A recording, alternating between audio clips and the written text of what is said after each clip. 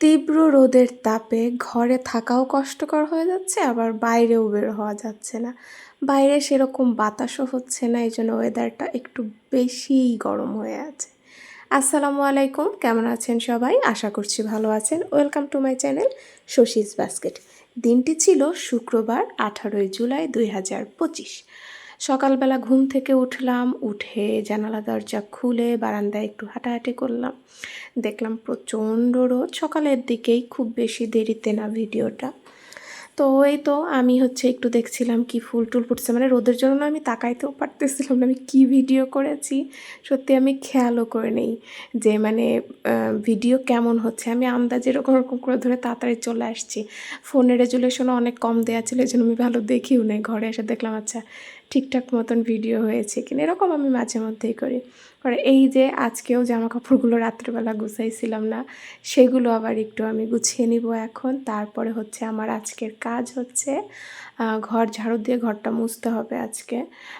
লাস্টের দিন আমি মুছি নাই ঘর। আর আম্মু, ভাইয়া, বৌমনি সবাই গেছে ছোটো খালার বাসায়। তো রান্নার দায়িত্ব আমার, যদিও আব্বু হেল্প করে দিয়ে গেছে।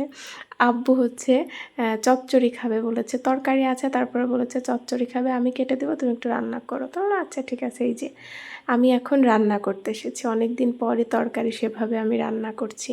রান্না টান্না করা আমার খুবই কম হয় আসলে।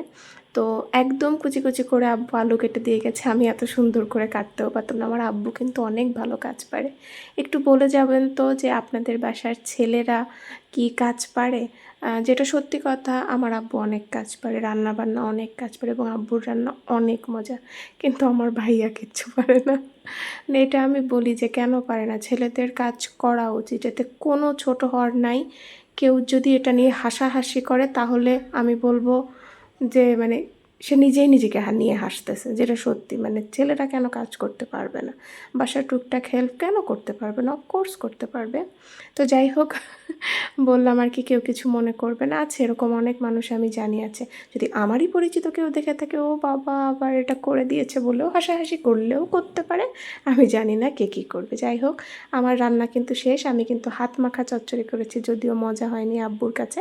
মানে বলেছে মজা হয়েছে, কিন্তু পরে আবার আরেকটু জাল দিতে হয়েছে।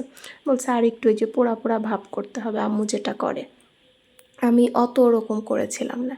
যাই হোক, আমি চচ্চড়ির আর কী রেসিপি দেবো এটা তো সবাই জানেন। আর আম্মু যেহেতু নাই, কাজটা আমারই পড়েছে। যদিও একটু আগে একটু মেঘলা মেঘলা ওয়েদার, ভেবেছিলাম যে গাছে পানি দিতে হবে না।